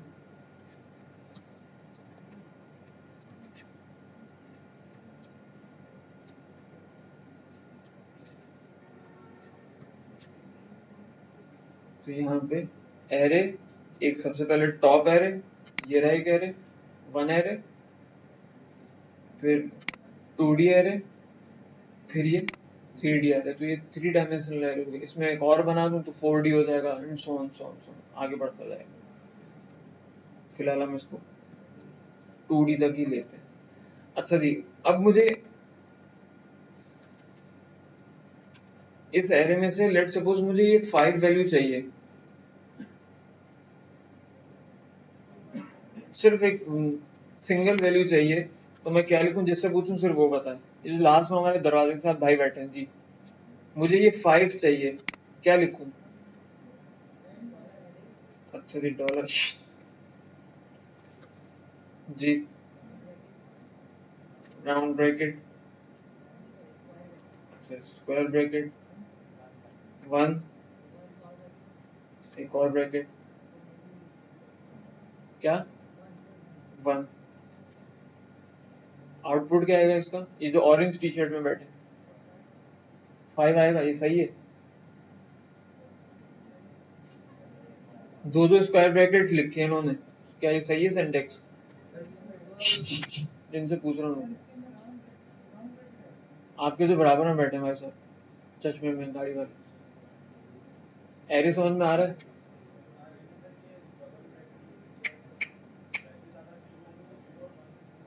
अच्छा, 0 और 1 से शुरू होंगी। देखिए ये हमारे पास है 0 इंडेक्स, इस बात से इत्तेफाक करते हैं हम। ये 0 है, जरा इसको गौर से देख लें प्लीज। ये 1 है, ये 2 है, ऐसे ही। फिर इसी तरह से ये वाला जो है, ये 0 इंडेक्स है, इस एरे का 0 है, ये 1 है और ये 2 है। अब मुझे इस रो में जाना है यहाँ पर, तो पहले तो मैं 1 लिखूंगा ताकि मैं इस रो में पहुंच जाऊं।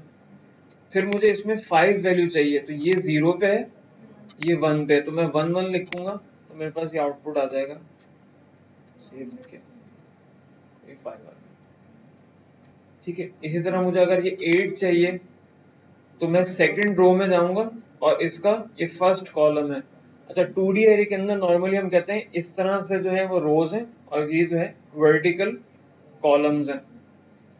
ये मैं सेकंड रो के अंदर मुझे ये 8 वैल्यू उठानी है, तो 0 1 2, तो मुझे 1 उठाना है तो 8, यहाँ पर मेरे पास आ जाएगा 8। ठीक हो गया जी। अच्छा, अब मुझे इस पूरे एरे को अगर फॉर ईच से गेट करना है, पूरा एरे में ट्रैवर्स करना चाह रहा हूँ, फॉर ईच से इसकी तमाम वैल्यूज को निकाल लूं, तो इसके लिए मैं क्या सिंटेक्स लिखूंगा? For each variable name array index value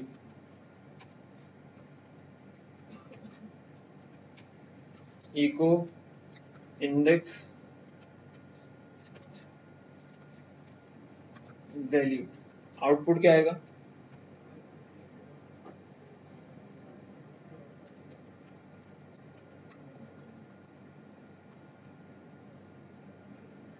output क्या आएगा? क्यों एरर नहीं आएगा?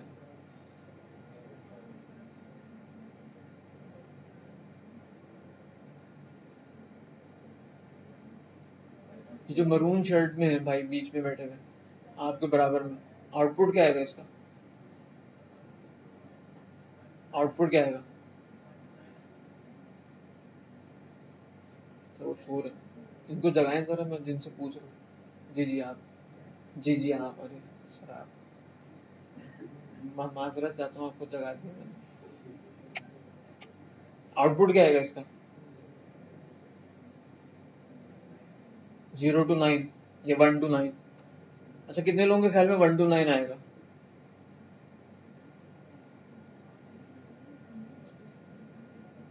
ये जो बिल्कुल लास्ट में हमारे भाई बैठे हैं, इसका आउटपुट कुछ आएगा या नहीं आएगा? या 1 to 9 आएगा या कुछ भी नहीं आएगा, एरर आएगा? सही, जो बीच में लास्ट में बैठे हैं हमारे भाई, आउटपुट आएगा कुछ इसका? आपसे पूछ रहा हूँ, उनको क्यों देख, नहीं आएगा आउटपुट? कुछ ना कुछ तो आएगा। ई को लिखा है, ई को जहां लिख दिया ना वहां कुछ ना कुछ तो आएगा, ये बात तो तय कर लेंगे भाई, बांध लें पल्लुओं से कि जहां ई को लिख दिया वहां कुछ ना कुछ आएगा, भले पार्ट्स एरर यह है लेकिन आउटपुट आएगा भाई।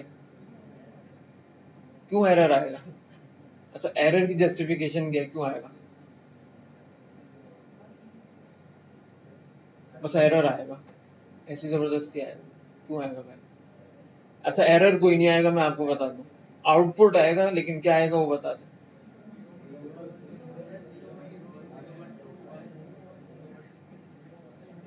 जी, वो चश्मे वाले भाई कुछ बता रहे, सॉरी।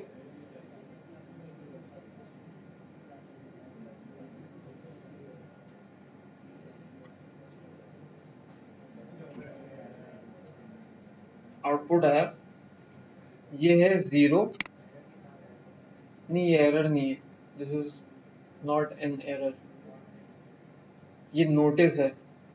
लेकिन पीएचपी में 3 तरह के एरर्स आते हैं, एक आता है नोटिस, एक आती है वार्निंग, और एक आता है फेडरल एरर। फेडरल एरर के ऊपर आपकी एग्जीक्यूशन रुक जाती है, जबकि नोटिस के ऊपर और वार्निंग के ऊपर आपकी एग्जीक्यूशन नहीं रुकती। ठीक है, तो ये नोटिस है, जस्ट वो ये बता रहा है कि आप एरे टू स्ट्रिंग कन्वर्जन करने की कोशिश कर रहे हैं इस लाइन के ऊपर, जो कि मुमकिन नहीं, लेकिन उसने आउटपुट दिया है 0th इंडेक्स के ऊपर, उसने कहा कोई वैल्यू मौजूद नहीं है, एक अदर एरे मौजूद है। इसी तरह उसने कहा कि फर्स्ट इंडेक्स के ऊपर वैल्यू नहीं है, एक एरे है। इसी तरह सेकंड इंडेक्स के ऊपर वैल्यू नहीं है, एक एरे है। एरे में से अगेन वैल्यूज निकालनी है आपने, तो रादर देन प्रिंट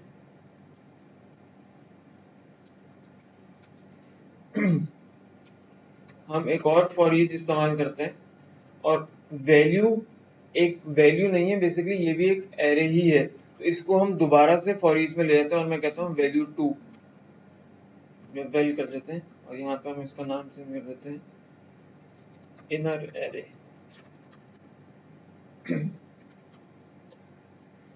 और इसको हम कर देते हैं वैल्यू, ठीक है जी। और अब मैं यहाँ पर इसको प्रिंट करवा लेता हूँ,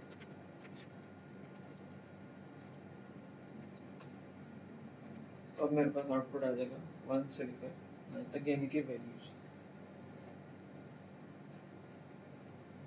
क्लियर जी? कोई परेशानी? अच्छा एक यहाँ पर छोटी सी मैं बात बता दूं, फिर हम आगे चलते हैं। जितने डायमेंशनल आपके पास एरे होगा,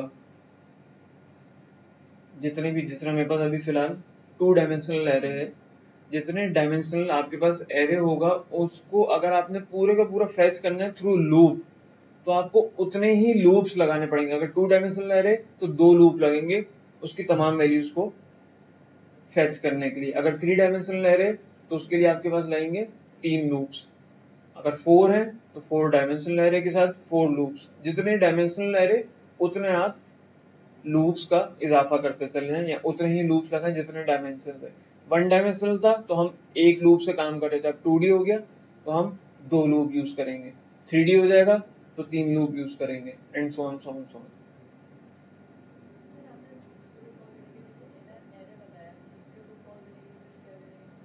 सॉरी,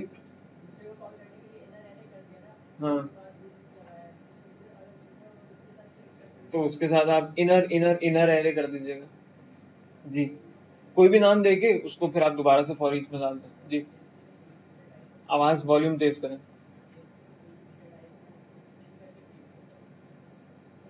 पीएचपी में कोई भी डेटा टाइप हो उसको स्ट्रिंग स्ट्रिंग करके क्या करता है मुझे समझ नहीं आया।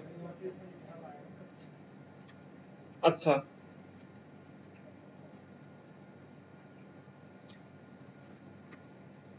ये जो है था तो वैल्यू तो कह रहा डिफाइन नहीं।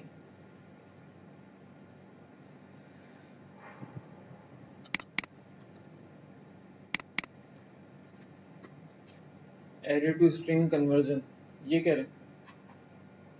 बेसिकली इसके अंदर जो वैल्यूज थी वो उसको समझ रहा था कि ये स्ट्रिंग हो सकती है, ऐसा है नहीं। उसने कहा कि जो आप एरे को प्रिंट करवाने की कोशिश कर रहे हैं वो बेसिकली स्ट्रिंग नहीं है, वो एक एरे है, इसलिए आप उसको प्रिंट नहीं करवा सकते इस तरह से। नहीं, उसके लिए भी वो यही नोटिस आपके पास यही आता है, जो भी आप प्रिंट करा रहे हैं वो एरे है, कोई नंबर या स्ट्रिंग नहीं है, आप उसको प्रिंट करवा दें। ठीक है जी, क्लियर है यहाँ तक जी।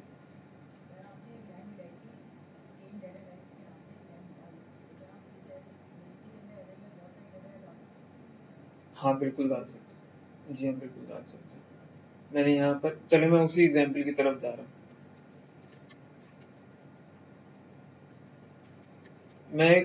अब एक लेते हैं हम रियल एग्जाम्पल, प्रैक्टिकल एग्जाम्पल लेते हैं। मैं एक एरे लेता हूँ इन्फो के नाम से, और इसमें मैं देता हूँ स्टूडेंट आईडी, सॉरी मतलब देखिए,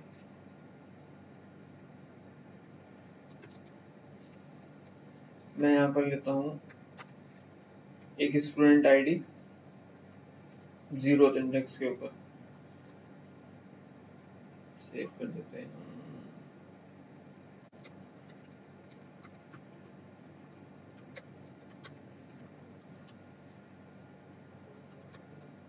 इसके बाद मैं इसी इंडेक्स के 1 पे एक और एरे लेता हूँ, और इसमें मैं इसका नाम दे देता हूँ, कोई नाम बताएं अच्छा सा, शहरोज। ठीक है, इन साहब की एज लिख देते हैं 20 साल, और इनकी डेट ऑफ बर्थ लिख देते हैं 01/01/1990, लेट्स सपोज। ठीक है, ये 3 पैरामीटर नाम है, उनका एज है, और अच्छा इस डेट ऑफ बर्थ के हिसाब से ये एज बनती नहीं है। ठीक है, फिलहाल ले लेते हैं और डेट ऑफ बर्थ है। 3 वैल्यूज हैं, एक नाम है, एक एज है, और एक उसकी डेट ऑफ बर्थ है। मैं एक और एरे लेता हूँ यहीं पे, सेकंड इंडेक्स, यहाँ पर मैं इनकी एजुकेशन लिख देता हूँ।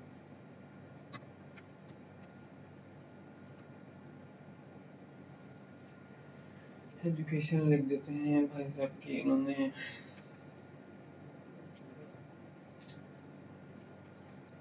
बीएस किया है कंप्यूटर इंजीनियरिंग में, और 2016 में पास आउट हुए। ठीक है जी। जी मेरे पास एक सिंपल एरे जिसमें मेरे पास मल्टीपल टाइप्स की वैल्यूज मौजूद है। मैं इसको इंटीजर ले लेता हूँ, अच्छा जी 26 हो गया। इंटीजर भी है, स्ट्रिंग भी है, और मेरे पास ये यहाँ पर है ये 1 डायमेंशनल एरे। इंडेक्स के अगेंस्ट वैल्यू मौजूद है, जबकि यहाँ पर इंडेक्स के अगेंस्ट एक एरे मौजूद है। ठीक है, यहाँ पर वैल्यू है, इसका एक स्टूडेंट आईडी है, ये स्टूडेंट का मैं कहता हूँ एक स्टूडेंट रिकॉर्ड है, जिसमें उसकी एक आईडी मौजूद है फर्स्ट इंडेक्स के ऊपर। उसके बाद नाम मौजूद है, उसकी एज मौजूद है, डेट ऑफ बर्थ है, और सेकंड इंडेक्स के ऊपर एक और एरे है जिसमें उसकी क्वालिफिकेशन लिखी हुई है। ठीक है, मैं कहता हूँ ये इसकी क्वालिफिकेशन है। स्पेलिंग गलत हो तो ठीक कर लीजिएगा। और ये उसकी पर्सनल इन्फो है, और ये उसकी आईडी है। ठीक है जी, ये एक मेरे पास एरे मौजूद है जिसमें मैं मल्टीपल डेटा टाइप्स का डेटा भी दे सकता हूँ। ठीक है जी। अच्छा, अब इसको जरा हम डंप करके देखते हैं कि जी इसकी शक्ल कैसी है।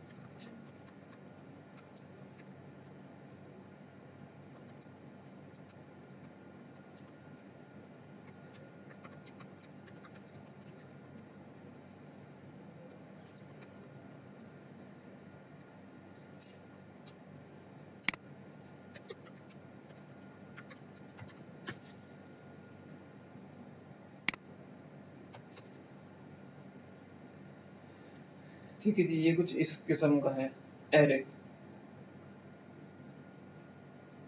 ठीक है जी। अब आपने काम ये करना है कि इस एरे, अच्छा ये हम एक ही एरे में मल्टीपल डेटा टाइप्स का डेटा डाल सकते हैं।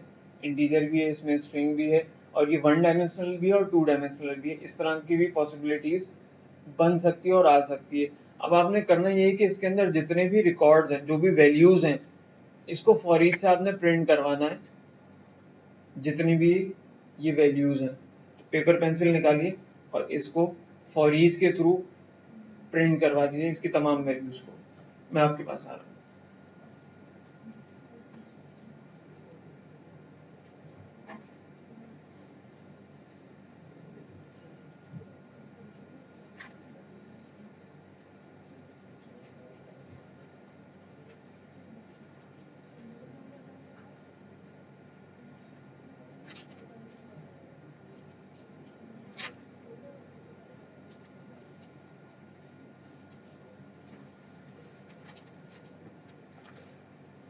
सबने जमा करा दिया।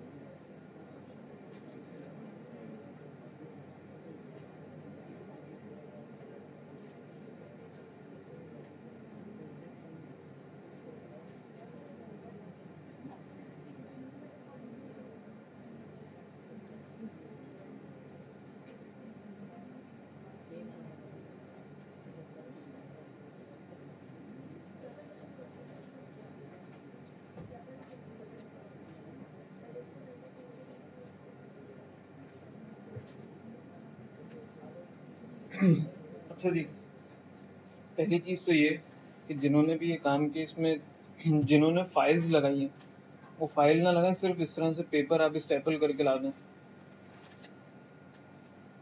या उस पर कोई क्लिप लगा दें, वो तो पेपर पेन होती है, फाइल साइल में मत डालें आप लोगों का बिला वजह खर्च नहीं। बल्कि जिन्होंने फाइल लगाई है वापस आप मुझसे ले जाएं, वापस क्लास के बाद ले लीजिएगा, अभी मत आना। सिर्फ मुझे वो आपने जो लिखा है वो चाहिए, फाइल मैंने कोई नंबर तो देने नहीं आपको सफाई के, ठीक है? तो फाइल मुझसे वापस ले लीजिएगा। अच्छा जी, यहाँ पर तकरीबन काफ़ी सारे लोगों ने किया है, मेजॉरिटी ने एक ही गलती की है, उसको हम थोड़ा सा सही देखिए। यहाँ पे होगा क्या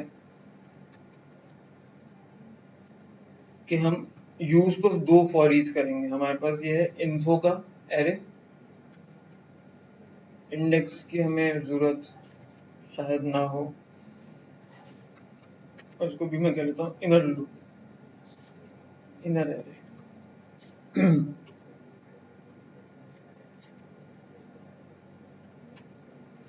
और यहाँ पर हम फॉर ईच अगेन करें इस इनर एरे पे, इंडेक्स 2 कर लेता हूँ मैं इसको, और यहाँ वैल्यू आ जाएगी।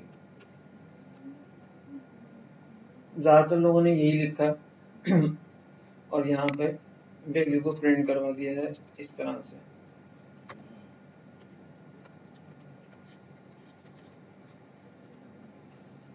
ठीक है, जिन लोगों ने यहाँ तक किया चले ये भी ठीक है, लेकिन इसमें एक गलती ये है कि जब हमारे पास ये पहला रिकॉर्ड आएगा, जरा इसको गौर से देख लीजिए, जब हमारे पास ये पहला रिकॉर्ड आएगा तो पहले रिकॉर्ड पे इंडेक्स के बाद एरे नहीं है, वैल्यू है। ठीक है, और आप वैल्यू को पकड़ के जब दोबारा फॉर ईच करेंगे तो उस पर फॉर ईच चलेगा नहीं, क्योंकि वैल्यू है, वैल्यू को आप दोबारा ला रहे हैं फॉर ईच में। फॉर ईच था एरे के लिए सिर्फ, तो आपने यहाँ पर इससे ऊपर एक कंडीशन चेक करनी होगी कि अगर ये एरे है तो मैं इसको फॉर ईच करूं, अगर एरे नहीं है तो मैं उसको फॉर ईच ना करूं, डायरेक्ट प्रिंट करवा दूं। ठीक है, ऐसे ही होगा ना। तो मैं यहाँ एक कंडीशन लिखता हूँ इफ। अब यहाँ पर चेक करने के एक से ज्यादा तरीके हैं कि मैं इस की गेट टाइप कर लूं और उसको कंपेयर कर लूं एरे से, कि अगर ये एरे है तो फॉर ईच करूं। ये चीज तो आपने पढ़ी हुई है ना कि गेट टाइप का फंक्शन है जो कि एरे रिटर्न करता है उसकी टाइप, मैंने अभी आपको शुरू में भी दिखाया। या तो एक तरीका कार ये था कि आप इसको इस तरह से कर लें, दूसरा तरीका जो बेहतर है इससे, हमारे पास पीएचपी का एक फंक्शन है इस एरे का, जिसको अगर आप कोई वेरिएबल पास करें तो वो चेक करके बताता है कि आया कि ये एरे है या नहीं। अगर एरे होगा तो रिटर्न ट्रू करेगा, और अगर एरे नहीं होगा तो रिटर्न फॉल्स करेगा। और इफ की कंडीशन ट्रू होने पे चलती है, फॉल्स पे नहीं चलती। तो अगर ये कंडीशन ट्रू हो जाए तो मैं इसको फॉर ईच करूं, अदरवाइज एल्स पे जाऊं और डायरेक्ट मैं इसकी वैल्यू को प्रिंट करवा दूं।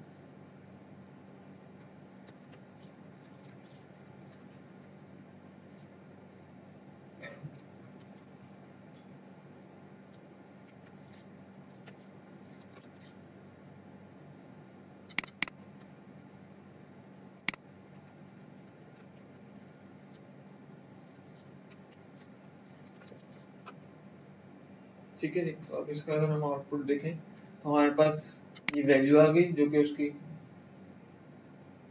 आईडी नंबर था, उसके बाद उसका नाम भी आ गया, एज आ गई, date of birth and so on. अगर मैं ये इफ का चेक नहीं लगाता तो वो वैल्यू को पकड़ के भी फॉर ईच करेगा और वहां पे आपका कोड फट जाएगा। क्लियर हो गया जी, समझ में आ गया?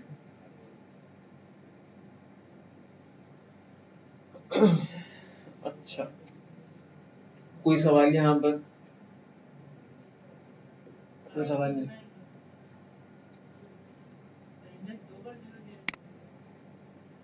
3 बार दे रहा सर ये, क्यों दे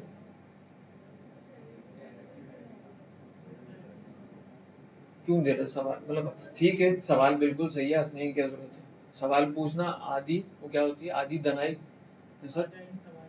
आधा इल्म क्या है? आप बताएंगे सर फायद साहब। आधा इल्म मतलब सवाल पूछना जो है वो आधा इल्म है, या दनाई ऐसे ही कुछ है ना? हाँ, निस्फ इल्म है, आधा इल्म है।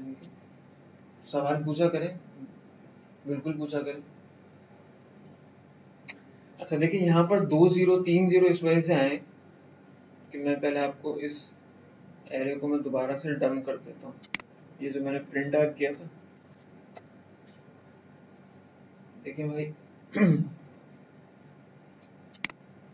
सॉरी, 1 0 ये रहा, 0 इंडेक्स के ऊपर वैल्यू है, ये इसकी आईडी 1001। फिर ये फर्स्ट इंडेक्स आया, इस ये इसके आगे एक और एरे है, ये एरे। और इस एरे के अंदर भी जब आप एरे बनाते हैं तो उसके अंदर भी इंडेक्सेस बनते हैं जो कि स्टार्ट होता है अगेन 0 से। तो इसके अंदर जो 0 1 2, फिर इसके बाद नेक्स्ट 2 के ऊपर भी एक और एरे जिसमें फिर अगेन स्टार्ट होगा वो 0 1 2 से। तो इस वजह से हमारे पास आउटपुट में 3 0 आ रहे हैं, 1 2, तो इंडेक्सेस आ रहे हैं। ठीक है जी, क्लियर है यहाँ तक? कोई सवाल?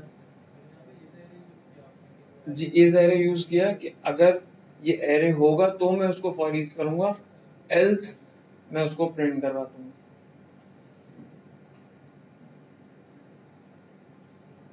ठीक हो गया जी? अच्छा जी, लैब जो है वो हमारी होगी A block, 3rd floor, room number 02 में। उस लैब का नाम है मदनी लैब। ठीक है, यहाँ से जब आप बाहर निकलेंगे तो जब आप यूनिवर्सिटी से अंदर दाखिल होते हैं तो बिल्कुल जो सामने जो ब्लॉक है वो ए ब्लॉक है। ठीक है, ए ब्लॉक में 3rd फ्लोर पे चढ़ेंगे, वहां पर रूम नंबर 02 मदनी लैब है। वहां पे पीसीज हैं, पूरी लैब के अंदर तमाम पीसीज हैं, उन सब में तकरीबन ऑलमोस्ट सब में वैम्प या जैम इंस्टॉल हुआ है। आप लोग आराम तहम्मुल से एक एक पीसी, अगर किसी पीसी में जैम्प या वैम्प नहीं चल रहा या कोई एडिटर नहीं है तो शोर शराबा मत कीजिएगा। कोई भी लैब स्टाफ या मैं या हम में से कोई आपके पास आ जाएगा, आप अपनी सीट पे बैठे रहिएगा। इनिशियली हो सकता है आज कोई प्रॉब्लम हो, लेकिन ये एक दफा होगी, अगर कोई प्रॉब्लम हुई भी तो आज के दिन तमाम प्रॉब्लम सॉर्ट आउट हो जाएंगी। नेक्स्ट टाइम से आपकी लैब जो है वो और स्मूथ हो जाएगी। आज सिर्फ ये होगा कि भाई मेरे पास ये नहीं चल रहा है या मेरे पास एडिटर नहीं है, तो वो एक इंस्टॉलेशन करनी पड़ेगी आपको, बस ये एक प्रॉब्लम होगी और कोई प्रॉब्लम नहीं होगी। वो भी इन केस, अदरवाइज वहाँ पे सब चीजें इंस्टॉलेशन हुई है, क्योंकि यहाँ पे लैब जो है वो 24 मतलब 24/7 तो नहीं, 12 घंटे और 7 दिन यूज हो रही होती है। तो मुख्तलिफ स्टूडेंट आते हैं, वो छेड़खानी करते हैं, कोई कुछ कर देता है, कोई कुछ कर देता है। तो अगर आपका पीसी नहीं चल रहा तो या तो आप पीसी चेंज कर लें शराफत से, आराम से, बिना शोर शराबा किए, या फिर उसको सॉर्ट आउट करने की कोशिश कर लें, 2 4 5 मिनट लगा लें। लेकिन मजीद टाइम वेस्ट नहीं कीजिएगा कि बिल्कुल लैब खत्म हो रही है और आप बोले सर मेरा पीसी तो चल ही नहीं रहा। ये काम मत कीजिएगा। ठीक है, थोड़ा सा तहम्मुल का भी मुजाहरा कर लीजिएगा, लेकिन कोशिश ये कीजिएगा कि बहुत ज्यादा टाइम वेस्ट भी ना करें। ठीक है, तो A block 3rd floor, room number 02 Madni lab में आपने जाना है। लेफ्ट टास्क आप सुन लीजिए जो आपने वहां काम करना है जाके। अच्छा, वहां पर एक लॉग इन यूजर भी चाहिए होगा, वो मैं इंशाल्लाह बोर्ड पे लिख दूंगा, वहां जाके लैब स्टाफ से पूछ के कि वो लॉग इन करने के लिए आपको जो क्रेडेंशियल्स चाहिए वो कौन कौन सी चाहिए। ठीक है जी, वो मैं आपको लैब में बता दूंगा।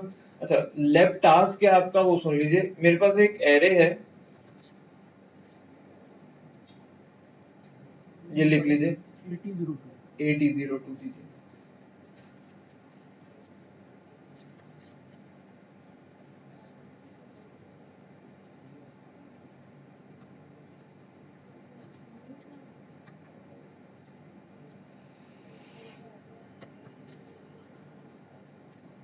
जी मेरे पास एक एरे है। ठीक है, मुझे इसको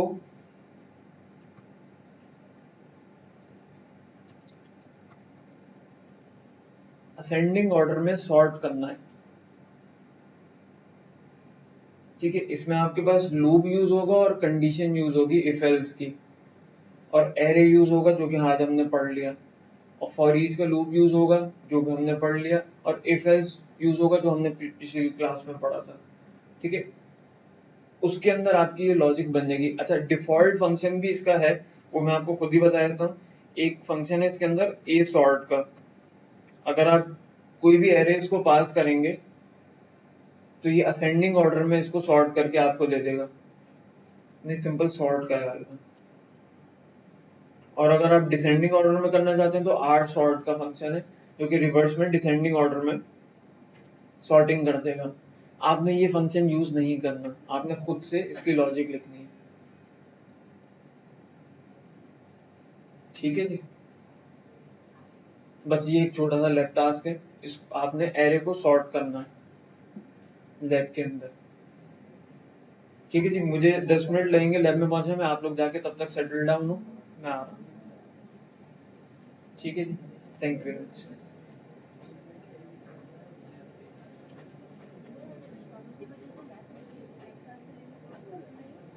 कुछ इश्यूज है इस पे बंदे ठीक है ना, और ये टास्क की अगर दिक्कत चाहे तो मैं मेल कर सकती हूँ, आपको कर सकती हूँ, ठीक है।